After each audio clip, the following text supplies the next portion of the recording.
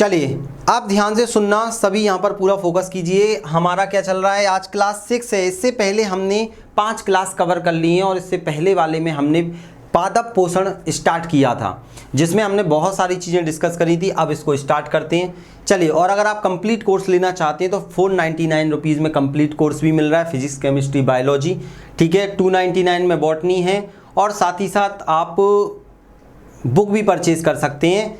चलिए स्टार्ट करते हैं। तो अब हमारा स्टार्ट होने वाला है, सभी लोग तैयार हैं? ओके, सभी कॉपी पेन लेकर बैठना, सारी चीज़ें आपको व्यवस्थित समझ में आने वाली हैं।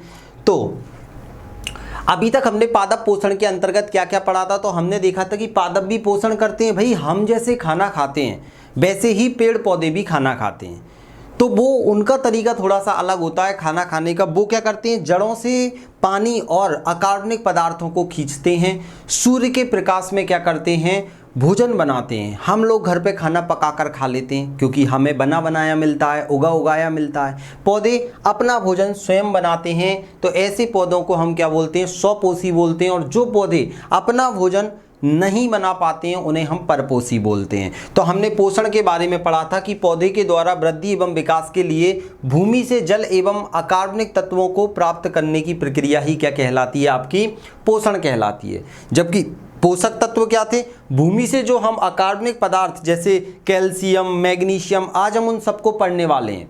आपके पेपर में जो जो प्रश्न आते हैं आज हम उन सभी को डिस्कस करने वाले हैं, इसलिए देखते रहिए। फिर हमने देखा पादपों में पोषण, और पादप में पोषण में हमने देखा स्वपोषी। स्वपोषी मतलब जो अपना भोजन स्वयं बनाते हैं। तो ये किस प्रक्रिया के द्वारा बनाते हैं, तो हमने बात की थी प्रकाश संश्लेषण की प्रोसेस। कौन सी प्रोसेस देखी थी, प्रकाश संश्लेषण। उम्मीद है इससे पहले वाला लेक्चर आपने देख रखा होगा, इसमें हमने देखा था प्रकाश संश्लेषण कैसे होता है, क्या होता है, सारी प्रोसेस। तो हमने देखा था प्रकाश संश्लेषण की क्रिया पौधों में दिन के समय होती है, दिन के समय, ये हमने डिस्कस किया था। तो अब आपके दिमाग में क्वेश्चन आ रहा होगा कि पौधे रात्रि में भी क्या करते हैं, प्रकाश संश्लेषण की क्रिया को करते हैं।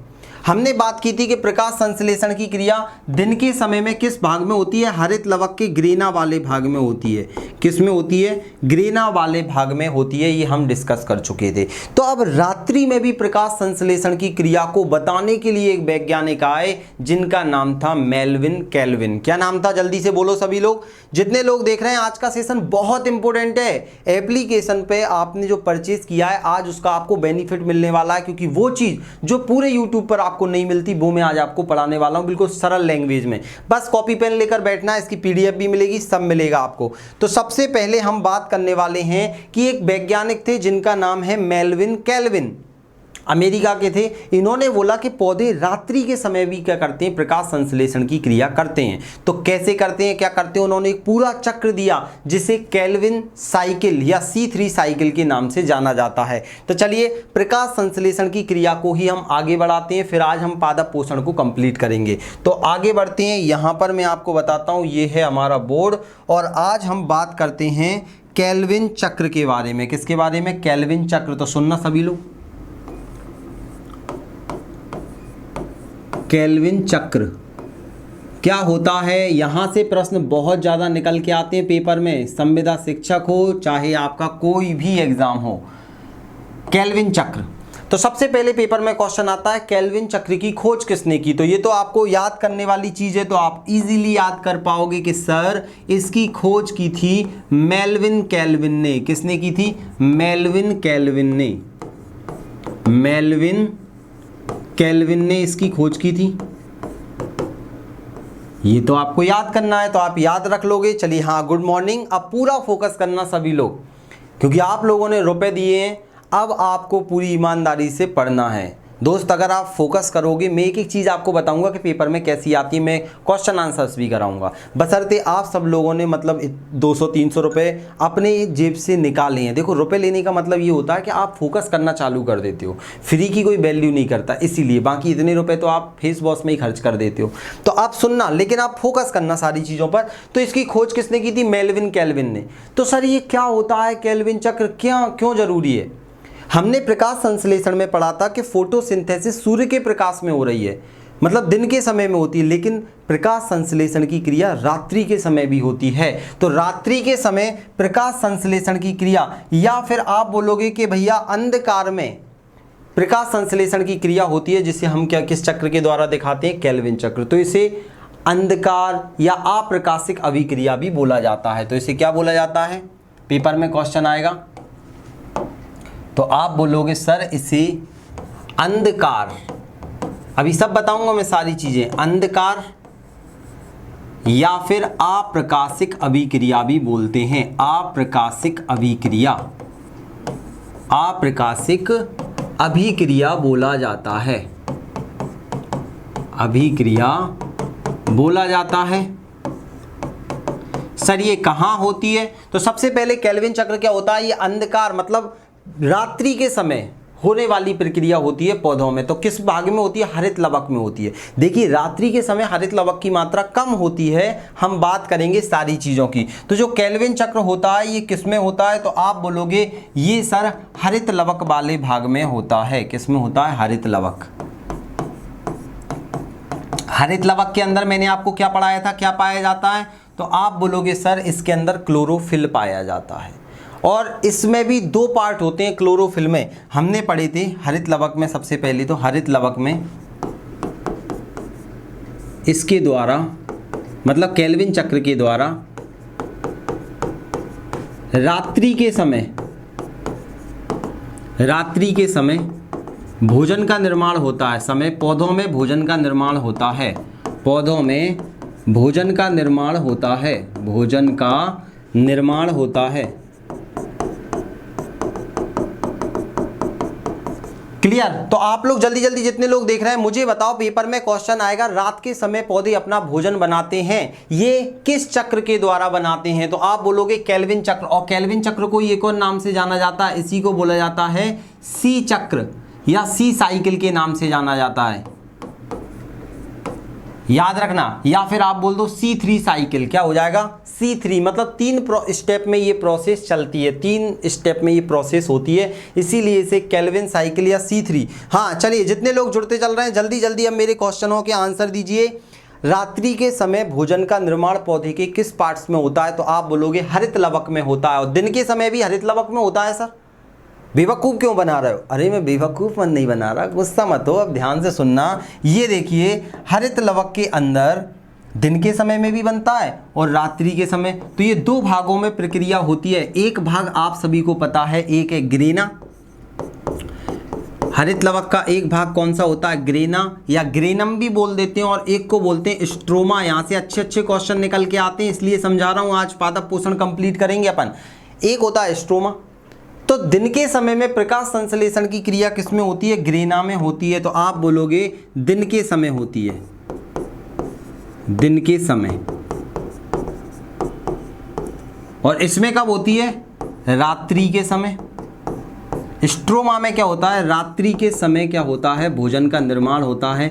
तो बताओ दोनों में से पेपर में क्वेश्चन आएगा हरित लवक में की ग्रेना भाग और स्ट्रोमा भाग, तो किस भाग में केल्विन चक्र की प्रक्रिया पूर्ण होती है? बताओ केल्विन चक्र की, या इसको हम केल्विन बेंसन चक्र के नाम से भी जानते हैं। याद रखना, अकेला केल्विन चक्र भी पूछ लिया जाता है और आपसे पूछा जाएगा केल्विन बेंसन चक्र। जल्दी जल्दी जितने लोग जुड़ रहे हैं मुझे आंसर दो कि केल्विन चक्र या केल्विन बेंसन चक्र किस भाग में होता है? तो आप बोलोगे स्ट्रोमा वाले भाग में होता है। तो अंधकार अप्रकाशिक अभिक्रिया बोला जाता है। यह हरित लवक के याद रखना, हरित लवक के स्ट्रोमा वाले भाग में पूर्ण होती है, स्ट्रोमा वाले भाग में पूर्ण होती है, पूर्ण होती है। देखो एडवांस लेवल चल रहा है एप्लीकेशन पे अपना, जो यूट्यूब पर हमने खत्म किया उसके आगे की सारी चीजें मैं आपको बता रहा हूं। तो आपने देखा रात्रि, अब भोजन दिन के समय ज़्यादा बनेगा या रात्रि के समय? जल्दी बताओ, जितने लोग देख रहे हैं बताइए मुझे, भोजन दिन के समय ज़्यादा बनता है या रात्रि के समय? देखते हैं कितने लोग आंसर दोगे। भोजन दिन के समय ज़्यादा बनता है या रात्रि के समय ज़्यादा बनता है? जल्दी जल्दी आंसर देने की कोशिश कीजिए। बहुत बढ़िया, बहुत बढ़िया। सभी लोगों के मुझे यहाँ पर आंसर दिखाई देने लग गए हैं कि सर दिन के समय ज़्यादा बनेगा। स्वाभाविक सी बात है, ये तो बच्चा बच्चा बता देगा सर। ठीक है भैया, दिन के समय इसमें अधिक भोजन का निर्माण होता है, अधिक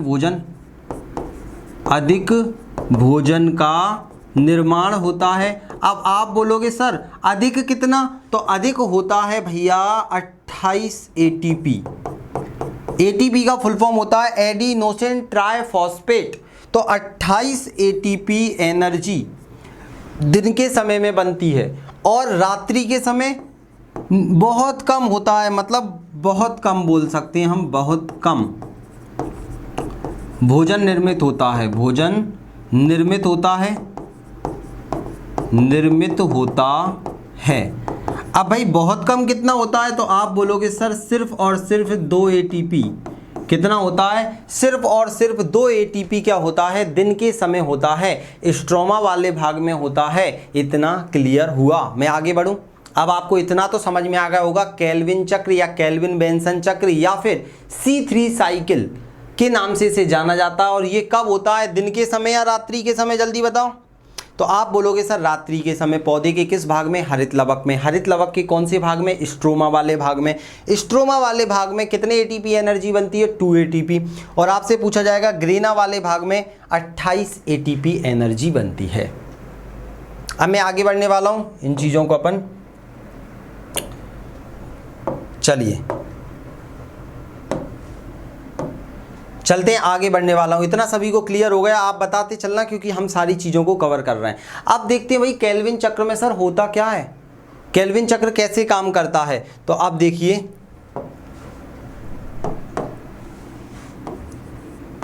केल्विन बेंसन चक्र या केल्विन साइकिल, केल्विन चक्र या C3 चक्र के नाम से इसे जाना जाता है। यह 3 चरणों में पूर्ण होता है। यह 3 चरणों में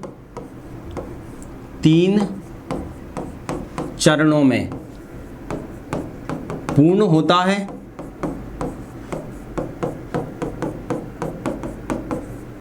कितने चरणों में? 3। और तीनों के आपको लाइन से नाम याद रखने हैं। तीनों के क्या करने हैं? आपको लाइन से नाम याद रखने हैं। सबसे पहले कार्बोक्सिलेशन, ध्यान से सुनना, इंग्लिश नाम भी याद रखना, कार्बोक्सिलेशन। कार्बोक्सिलेशन, ठीक है। हिंदी नाम क्या जाएगा? कार्बोक्सिलीकरण, कार्बोक्सीकरण या कार्बोक्सिलीकरण।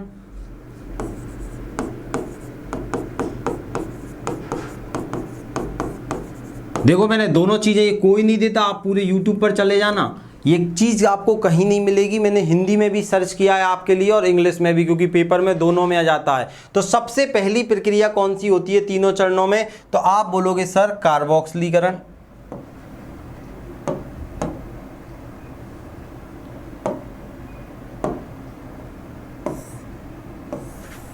ठीक है, इसको मैं उठा के यहाँ रख देता हूँ। अभी ये इंपॉर्टेंट है क्योंकि अभी हाल हम देखेंगे, इतने इधर इधर कर देते हैं अपन इसको हल्का सा। ठीक है, दिख रहा है ना? चलिए, कार्बोक्सिलेशन हो जाएगा, कार्बोक्सिलीकरण आ जाएगा आपका। दूसरा कौन सा जाएगा? तो आप बोलोगे सर दूसरा आ जाएगा रिडक्शन, अपचयन। क्या जाएगा? रिडक्शन, अपचयन। क्या होता है अभी मैं आपको सब बताऊंगा, इसलिए ध्यान से समझते चलना। अपचयन। और तीसरी प्रोसेस क्या होती है? रीजनरेशन।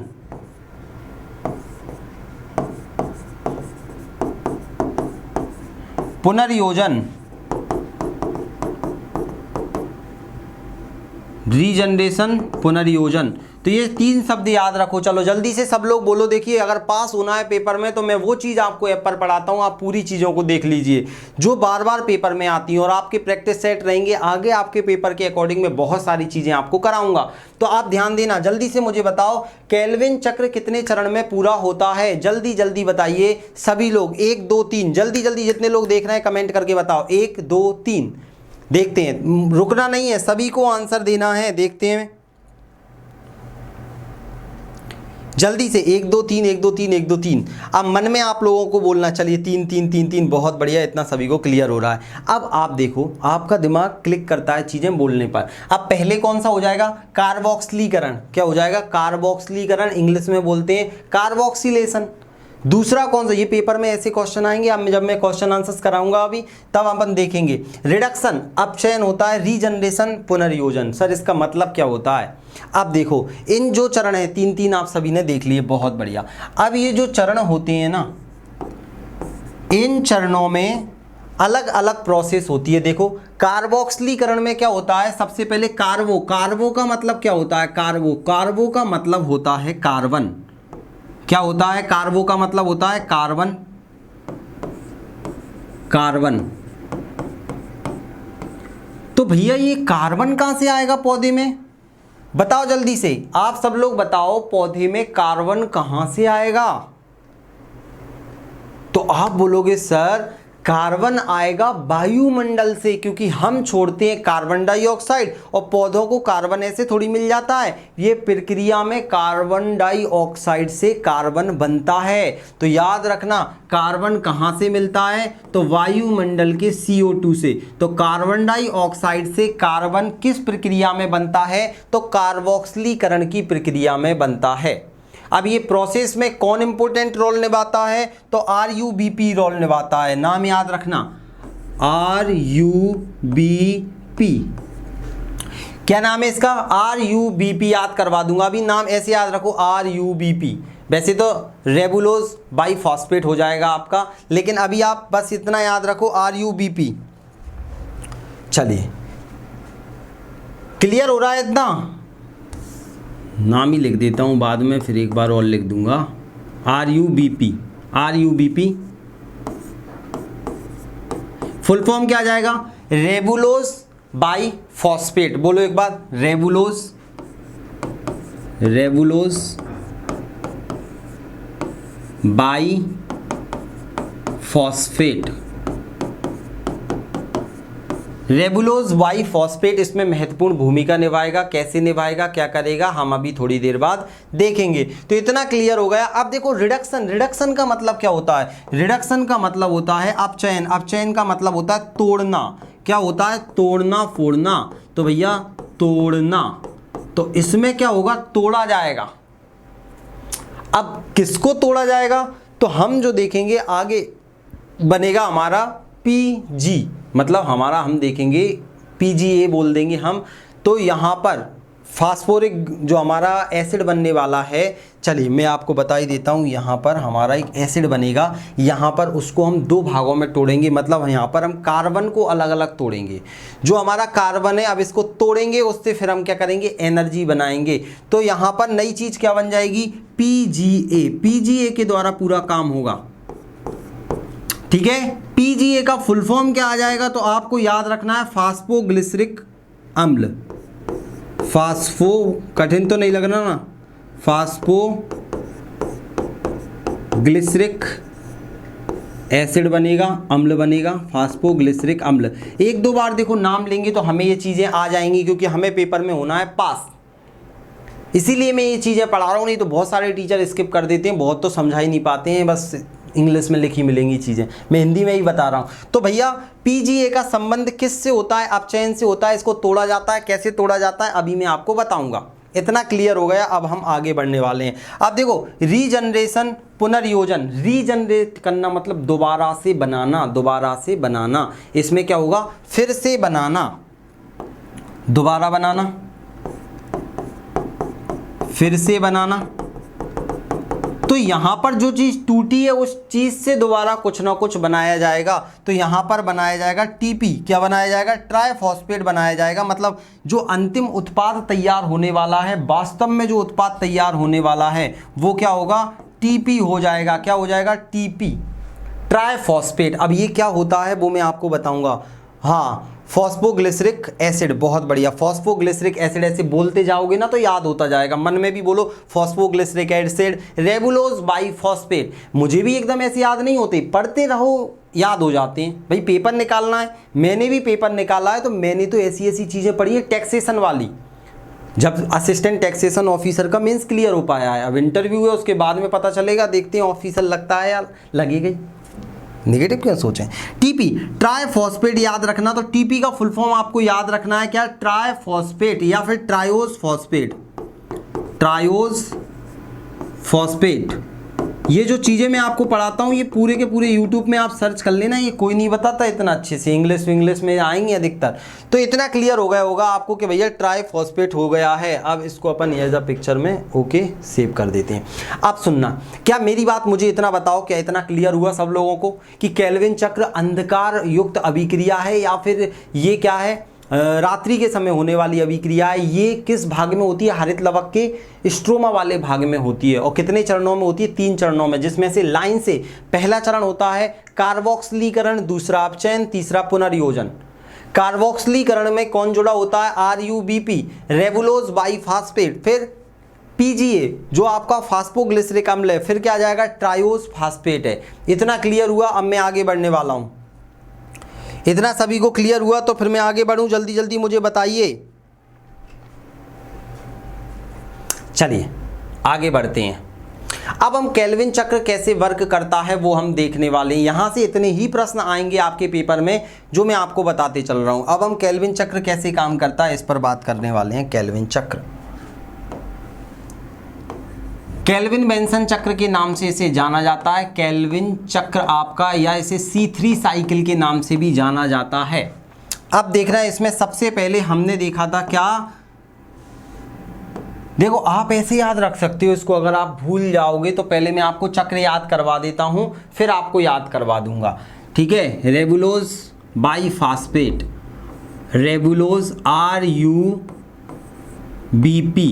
तो जो RUBP होता है ना, रेबुलोज 1% होता है, मतलब एक अणु रेबुलोज का होता है, बाकी 5 कार्बन के होते हैं। तो मान लो 15 साल की रूबी नाम की लड़की है, कितने साल की है, 15 साल की। अभी एंड में याद करवा दूंगा, बस आपको याद रखना है, पहले सुनना है मेरी बातें। एक अणु रेबुलोज का, 5 अणु किसके रहेंगे, इसमें कार्बन के रहेंगे। कार्बन के कितने, 5 अणु। लेकिन इस केल्विन चक्र में हमें 6 अणुओं की आवश्यकता होती है। कितने अणुओं की आवश्यकता होती है, तो जो आपका अब रेबुलोज बाइफॉस्फेट होता है, अब ये किस में कन्वर्ट हो रहा है, रेबुलोज बाइफॉस्फेट। आगे ये देखिए ये प्रोसेस आ रही है, यहाँ पर आप देखोगे तो रेबुलोज बाइफॉस्फेट किस में कन्वर्ट हो जाएगा, PGA में कन्वर्ट हो जाएगा। PGA का फुल फॉर्म क्या था, जल्दी बताइए। PGA में कन्वर्ट हो जाएगा PGA, ठीक है। फास्फोग्लिसरिक एसिड में कन्वर्ट हो जाता है। ये फास्फोग्लिसरिक एसिड में कितने अणु होते हैं, तो आप बोलोगे फास्फोग्लिसरिक एसिड में 6 अणु होते हैं कार्बन के। कितने अणु होते हैं, 6 अणु होते हैं कार्बन के। तो सर यहाँ 6 यहाँ 5 है, ये कैसे कैसे सर कैसे, अरे धैर्य धैर्य पेशेंस। देखो अब क्या होता है, यहां पर अगर आपसे पूछा जाए तो बाहर से अब क्या आएगी, कार्बन डाइऑक्साइड का रोल आएगा। किसका रोल आने वाला है, कार्बन डाइऑक्साइड। ये बाहर से वायुमंडल से क्या करेंगे, हम कार्बन डाइऑक्साइड लेंगे। यहां पर जो CO2 है, CO2, कार्बन डाइऑक्साइड कहां से आएगी, वायुमंडल से, वायुमंडल से। तो वायुमंडलीय कार्बन डाइऑक्साइड को लिया जाता है और फिर क्या किया जाता है, जो रेबुलोज बाइफॉस्फेट है उसमें 5 कार्बन के अणुओं में एक अणु को और जोड़कर क्या कर दिया जाता है, PGA फास्फोग्लिसरिक एसिड का निर्माण किया जाता है। याद रखना इस प्रक्रिया को क्या बोला जाता है, तो इस प्रक्रिया को बोला जाता है कार्बोक्सिलिक, या फिर आप बोलो कार्बोक्सिलीकरण। हिंदी में नाम लिख देता हूं मैं, कार्बोक्सिलीकरण, ताकि इंग्लिश में तो बहुत नाम मिल जाएगा आपको, हिंदी में कोई नहीं बताता। कार्बोक्सिलीकरण, ये क्या हो जाएगा, कार्बोक्सिलीकरण की प्रोसेस हो जाएगी। याद रखना ये बहुत इंपॉर्टेंट है, कार्बोक्सिलीकरण की प्रक्रिया। अब यहां पर क्या हो रहा है, कार्बोक्सिलीकरण की प्रक्रिया में कार्बन डाइऑक्साइड से कार्बन बन गया। अब जो हमारा नेक्स्ट स्टेप आने वाला है, जो PGA बना है, ये PGA ध्यान से सुनना, पेपर में क्वेश्चन आता है कि ये क्या है, तो ये प्रथम उत्पाद है। फास्फोग्लिसरिक एसिड क्या होता है, केल्विन चक्र का प्रथम उत्पाद होता है, या फिर प्रथम स्थायी उत्पाद भी बोल देते हैं, प्रथम स्थायी उत्पाद, या फिर प्रथम उत्पाद भी बोल देते हैं। पेपर में जैसा भी आ जाए, स्टार बना रहा हूं, याद रखना।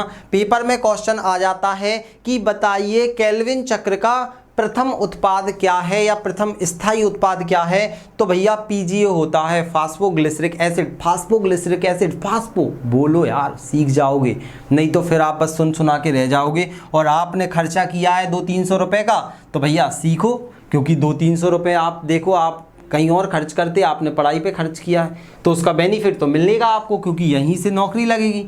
तो आप देखो, अब ये पीजीए के बाद में अब यहाँ से सेकंड प्रोसेस हमारी चालू होती है। सेकंड प्रोसेस कौन सी होगी, तो अब हम क्या करेंगे, रिडक्शन करेंगे, अपचयन करेंगे। क्या करेंगे, अपचयन। अपचयन की प्रक्रिया चालू होगी। अब इसको क्या होगा, पीजीए को तोड़ा जाएगा। तो कैसे तोड़ा जाएगा, तो याद रखना यहाँ पर तोड़ा जाएगा इसको दो भागों में। कितने भागों में तोड़ा जाएगा, दो भागों में तोड़ दिया जाएगा। सर कैसे कैसे भागों में, तो दो भाग कौन कौन से होंगे याद रखना, ठीक है। यहाँ पर दो भाग हो जाएंगे आपका, एक भाग ये और एक भाग ये। यहाँ पर 3 अणु बन जाएंगे पीजीए के, फास्फोग्लिसरिक एसिड, और यहाँ पर 3 अणु बन जाएंगे पीजीए के।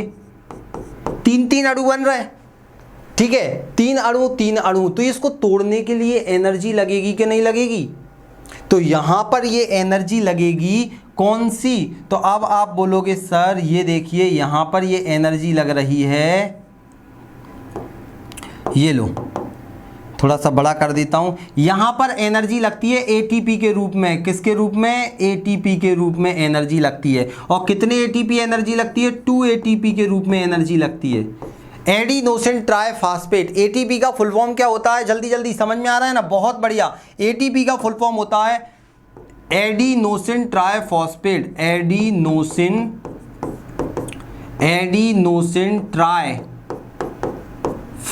होता है, याद रखना। एडिनोसिन ट्राइफॉस्फेट क्या हो जाएगा, याद रखना, एटीपी। और ये कन्वर्ट किस में हो जाता है, एटीपी कहीं तो जाएगा, तो ये एडीपी में कन्वर्ट हो जाता है। इसको एनर्जी देता है तोड़ने के लिए, तोड़ देता है, उसके बाद ये कन्वर्ट किस में हो जाता है, तो आप बोलोगे सर ये कन्वर्ट हो जाता है, इसी में लिख देता हूं मैं इस बात, इससे येलो कलर से, 2 एडीपी में कन्वर्ट हो जाता है, एडीपी। एडिनोसिन डाइफॉस्फेट में कन्वर्ट हो जाता है, एडिनोसिन डाइफॉस्फेट, नोसिन डाई फॉस्फेट में कन्वर्ट हो जाता है, फॉस्फेट में कन्वर्ट हो जाता है। ट्राई को डाई में कन्वर्ट कर देते हैं एनर्जी देने के बाद में। तो ये एडिनोसिन ट्राइफॉस्फेट एडिनोसिन डाइफॉस्फेट में, चलिए चल रहा है, सब कुछ सही चल रहा है, आवाज आ रही होगी, एडिनोसिन डाइफॉस्फेट में कन्वर्ट हो जाता है। अपचयन की प्रक्रिया, रिडक्शन की प्रोसेस पूरी हो जाती है। इंग्लिश नाम मैंने पहले ही बता दिए, रिडक्शन की प्रोसेस है।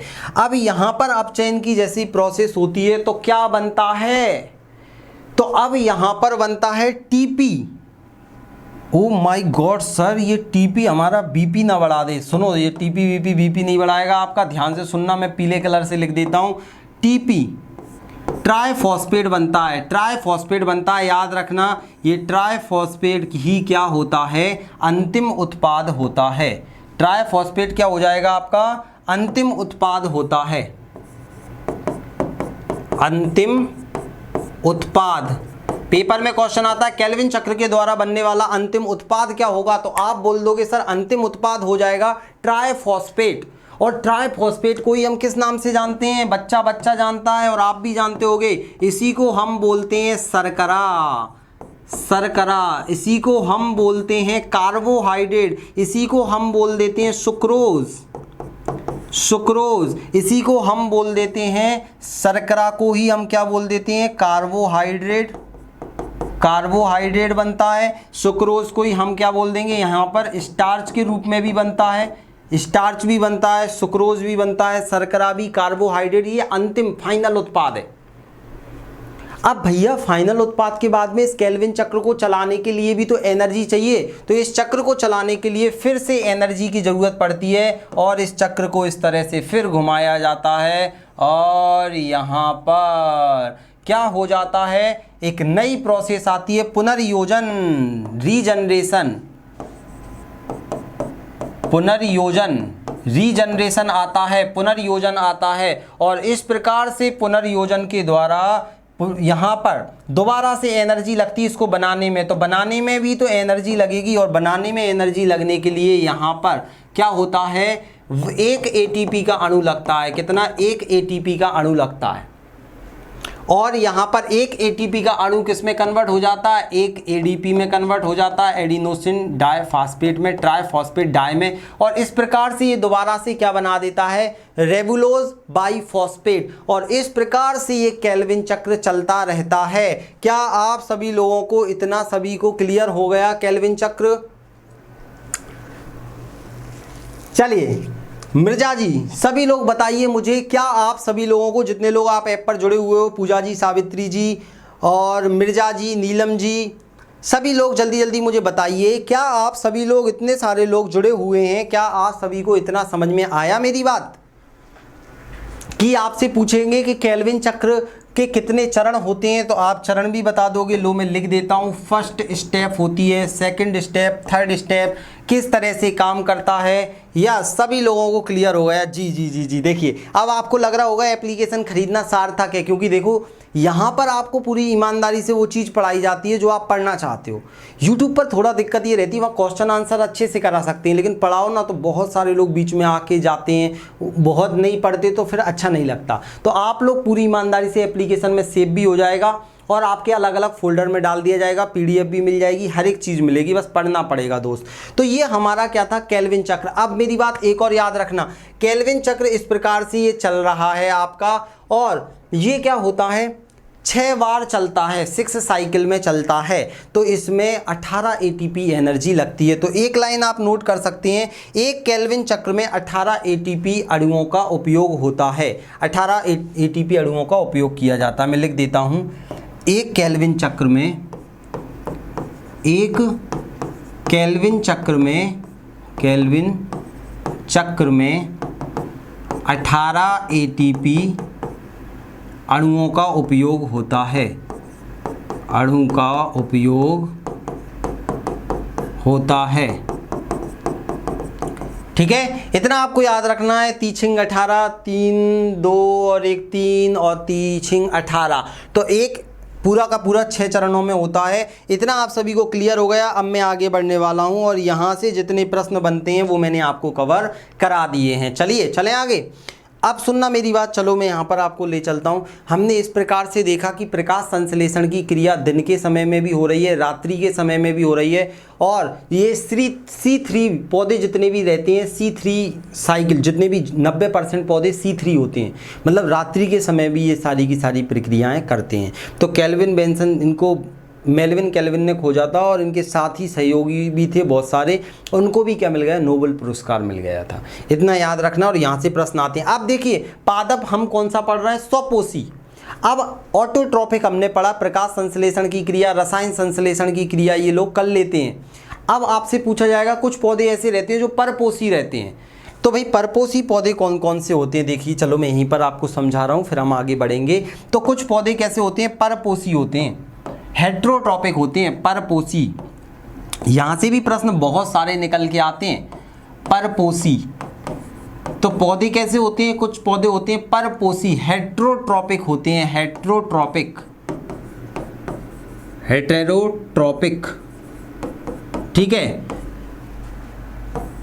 अब हम बात करते हैं परपोषी। तो परपोषी का मतलब होते हैं ऐसे पौधे जो अपना भोजन स्वयं नहीं बना पाते या अंशतः बना लेते हैं, पूर्ण रूपेण नहीं बना पाते हैं। तो ऐसे पौधे जो अपना भोजन नहीं बना पाते हैं वो सड़े गले पदार्थों से या दूसरे पेड़ पौधों से, दूसरे जंतुओं से अपना भोजन प्राप्त करते हैं। तो ऐसे पादपों को हम परपोषी पादप के नाम से जानते हैं। तो परपोषी के अंतर्गत कौन कौन से हमें पढ़ना है? तो आप बोलोगे सर इसके अंतर्गत हम पढ़ेंगे परजीवी, परजीवी, हम पढ़ेंगे कीटभक्षी, कीटभक्षी, हम पढ़ेंगे मृतोपजीवी, मृतोपजीवी भी हम देख लेंगे कि भैया मृतोपजीवी क्या होता है। हम पढ़ेंगे सहजीवी, सहजीवी, ये हमको क्या करना है? इसके अंतर्गत पढ़ना है। लेकिन आप सभी ध्यान से सुनना, हाँ दूसरे पर निर्भर होते हैं। एक चीज आपने सुना होगा, अधिपाद, अधिपाद, एपीफाइड, अधिपाद, एपीफाइट बोलते हैं, एपीफाइट, एपीफाइट। तो मुझे बताओ अधिपाद परजीवी एक होते हैं क्या? अधिपाद और परजीवी दोनों एक ही होते हैं क्या? बस अलग अलग नाम रख दिए, बताइए। अधिपाद और परजीवी दोनों एक ही होते हैं क्या? जल्दी से बताओ सभी लोग, देखते हैं कितने लोग इसका आंसर दे पाओगे। क्या अधिपाद और परजीवी एक ही होते हैं? चलिए, बहुत बढ़िया, आंसर आना चालू हो चुके हैं, जल्दी जल्दी।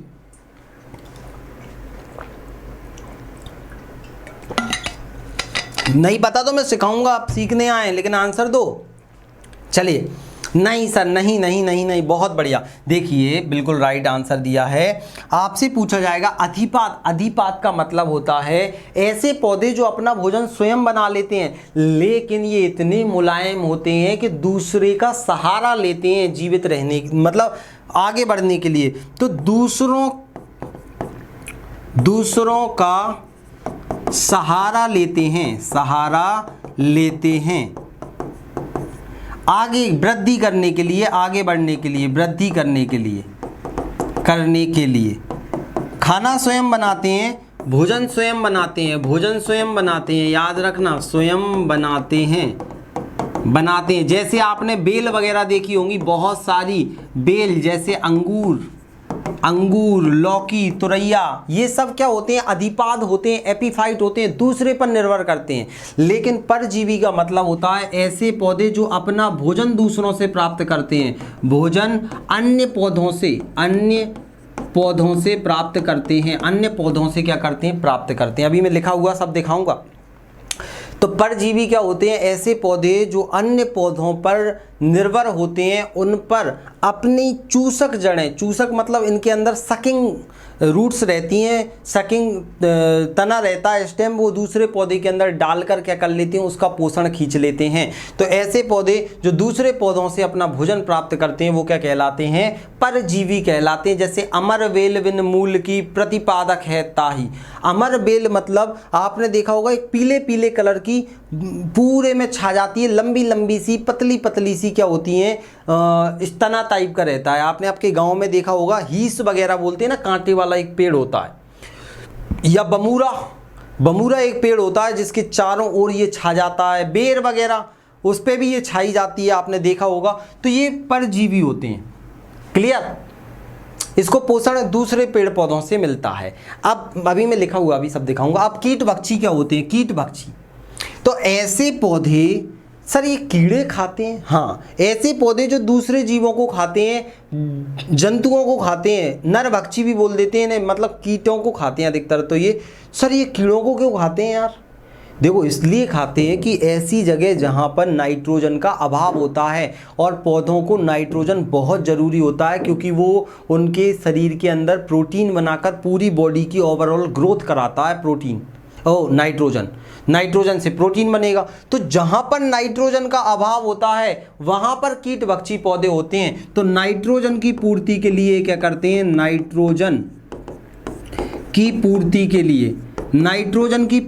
लिए, नाइट्रोजन प्राप्त करने के लिए जो पौधे होते हैं, कीड़ों को खाने का काम करते हैं। अपनी पत्ती का आकार बदल लेते हैं, तने का आकार बदल लेते हैं। जैसे आपको अभी मैं बताऊंगा, आपने नाम सुना होगा घटपर्णी,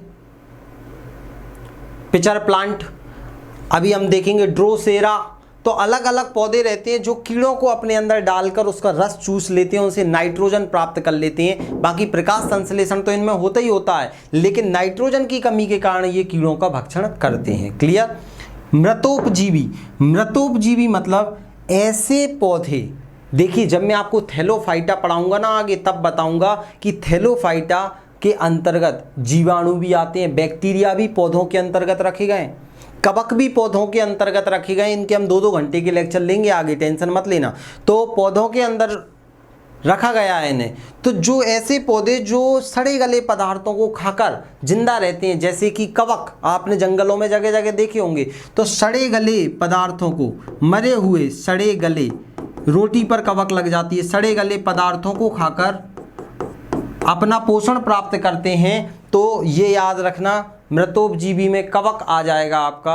और भी हम बहुत सारे नाम देखेंगे जो आपको याद करने हैं। सहजीवी तो आप सभी को पता है, ऐसे पौधे जो दूसरे पौधों के साथ मिलकर, दूसरे पौधों के साथ रहकर पोषण प्राप्त करते हैं, तो वो क्या कहलाते हैं? तो आप बोल दोगे सर वो सहजीवी कहलाते हैं। दूसरों के साथ रहकर क्या करते हैं? वो पोषण प्राप्त करते हैं, तो ऐसे क्या कहलाते हैं? सहजीवी कहलाते हैं।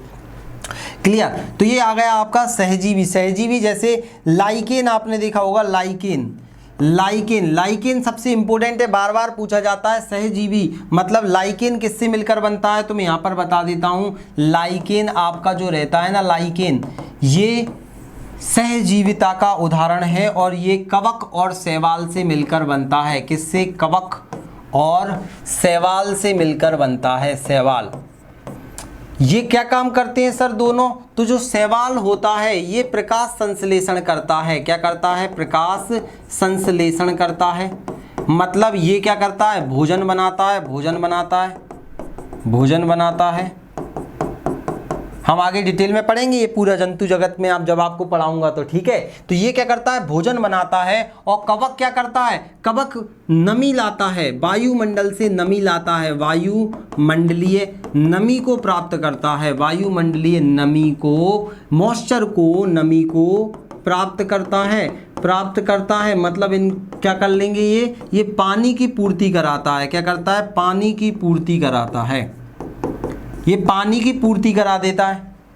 अब जब पानी मिल जाएगा, भोजन बन जाएगा, इस प्रकार से ये दोनों जिंदा रहेंगे। अगर एक भी मर गया तो पौधा जिंदा नहीं रह पाएगा। दोनों एक दूसरे के लिए जरूरी हैं। तो याद रखना, पर्यावरण में मैं ऐसे बहुत सारे जीव भी आपको पढ़ाऊंगा जहां पर अलग अलग चीजें हैं। तो अभी आप बॉटनी ही पढ़िए, आप ध्यान से सुनना। ये जो आपका लाइकेन होता है इसका यूज भी किया जाता है कहाँ कब कहाँ पर? प्रदूषण संसूचक के रूप में, प्रदूषण संसूचक, संसूचक के रूप में किया जाता है। मतलब कहीं पर अगर मान लो प्रदूषण है, वहां पर लाइकेन का रंग भूरा भूरा हो जाएगा, हरा नहीं रहेगा, लाइकेन मरने लगेगी। सल्फर डाइऑक्साइड के प्रति ये ज़्यादा सेंसिटिव होता है। तो प्रदूषण का पता लगाने के लिए किसका यूज़ किया जाता है? लाइकेन। लाइकेन वहां पर मरने लगती है। ये पौधों के ऊपर आपने हरे हरे कलर की एक मोटी मोटी सी परत देखी होगी, उसी को लाइकेन कहा जाता है। तो यहाँ पर हमने इतना देखा।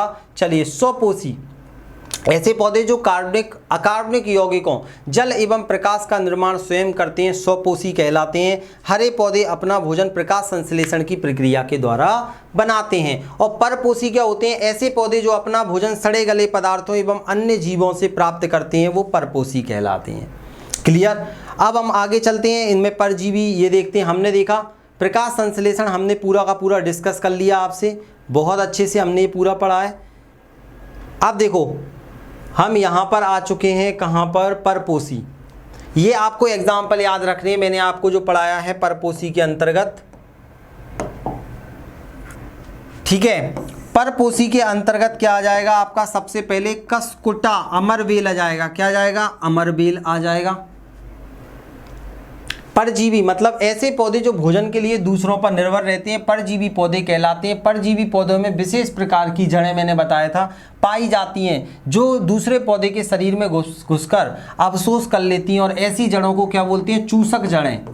क्या बोलते हैं? चूसक जड़ें। सकिंग रूट्स किसके नाम से जाना जाता है? सकिंग रूट्स पेपर में आता है। तो चूसण जड़ें किस में पाई जाती हैं? सकिंग रूट्स किस में पाए जाते हैं? तो परजीवी में पाए जाते हैं। आप याद रखना, कसकुटा नाम भी दे देगा ना, कसकुटा, तो याद रखना कसकुटा अमरबेल को ही बोलते हैं। बहुत सारे तो आते हुए गलत करके आ जाते। अब ये कसकुटा नाम भी याद रखना है। बिस्कम भी ये नाम याद रखना है। आप नेट पर सर्च करोगे, यहाँ पर मैंने फोटो नहीं डाले हैं, आप नेट पर सर्च करना, थोड़ा मेहनत आप भी करना तो आपको मिल जाएंगे। गठवा ओरोवेकी भी होता है। लोरेंथस एक पौधा होता है, ये अलग अलग पौधे हैं।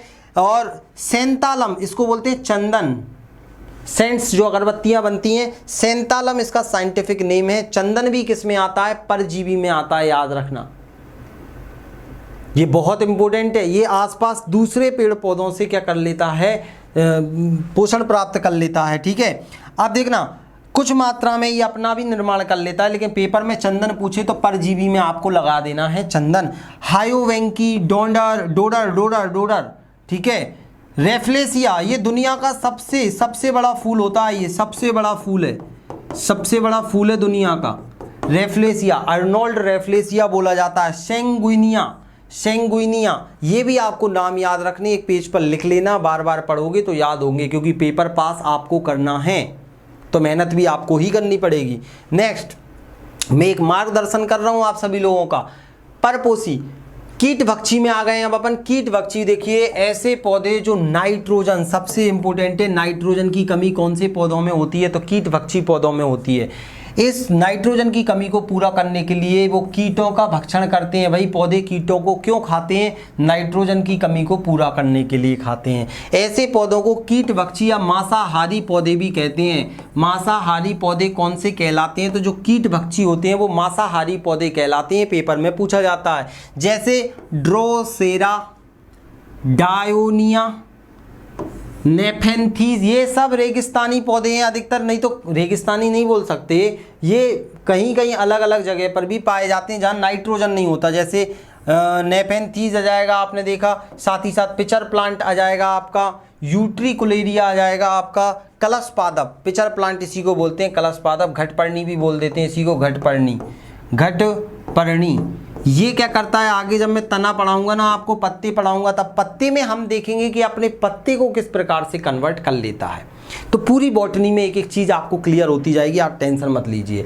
तो इतना आप सभी को क्लियर हो गया होगा, कीटभक्षी, कुछ पौधों में नाइट्रोजन की कमी पाई जाती है, इतना हो गया। कलश पादप, घटपर्णी हो गया आपका। नेक्स्ट चलते हैं, अब आता है मृतजीवी, ऐसे पौधे जो सड़े गले पदार्थों पर निर्भर होते हैं। देखिए ऐसे पौधे जो सड़े गले पदार्थ, पेपर में आएगा, सड़े गले पदार्थों पर कौन से निर्भर होते हैं, तो सड़े गले पदार्थों से भोजन का ग्रहण करते हैं, मृतजीवी पौधे कहलाते हैं। ये पौधे भोज्य पदार्थ पर एंजाइम का स्राव करते हैं। क्या करते हैं, इनके शरीर से एंजाइम निकलता है जो भोज्य पदार्थों पर जाता है और उसे घुलनशील बना देते हैं, फिर उसका अवशोषण करते हैं। मतलब उसको एक एंजाइम को छिड़क कर घुलनशील बना देते हैं, फिर उसका पोषण करते हैं। कौन कौन आएंगे, पोलीपेरस, मशरूम, कुकरमुत्ता बोलते हैं, ईस्ट, कवक भी इसी में आएगा, म्यूकस और राइजोपस। तो ये सारे के सारे आपको नाम याद रखने हैं, राइजोपस, म्यूकस, आपका ईस्ट, कवक आ जाएगा, मशरूम, पोलीफेरस। तो ये सब मृतोपजीवी के अंदर आते हैं, और कवक भी पौधा है, मशरूम भी पौधा है, याद रखना, ये पेपर में पूछा जाता है। आगे बढ़ते हैं भाई, सहजीवी पौधे क्या होते हैं, ऐसे दो पौधे जो साथ साथ रहकर जीवन यापन करते हैं उन्हें सहजीवी पौधे बोलते हैं।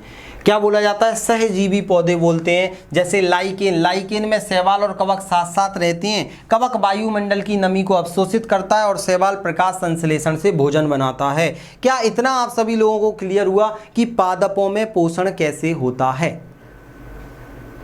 प्रकाश संश्लेषण की क्रिया बहुत इंपॉर्टेंट थी, केल्विन चक्र बहुत इंपॉर्टेंट था, और परपोषी पौधे इन्हें हेटेरोट्रॉपिक पौधे बोलते हैं। इनमें भी अलग अलग प्रकार के पौधे हैं जिनके नाम पेपर में पूछ सकता है, इससे बाहर मुझे नहीं लगता। अगर कुछ पूछे तो वो आपको थोड़े बहुत प्रश्न में करवाऊंगा और आपको थोड़ा सा पढ़ना पड़ेगा। क्या इतना क्लियर हुआ सभी लोगों को, जल्दी बताइए।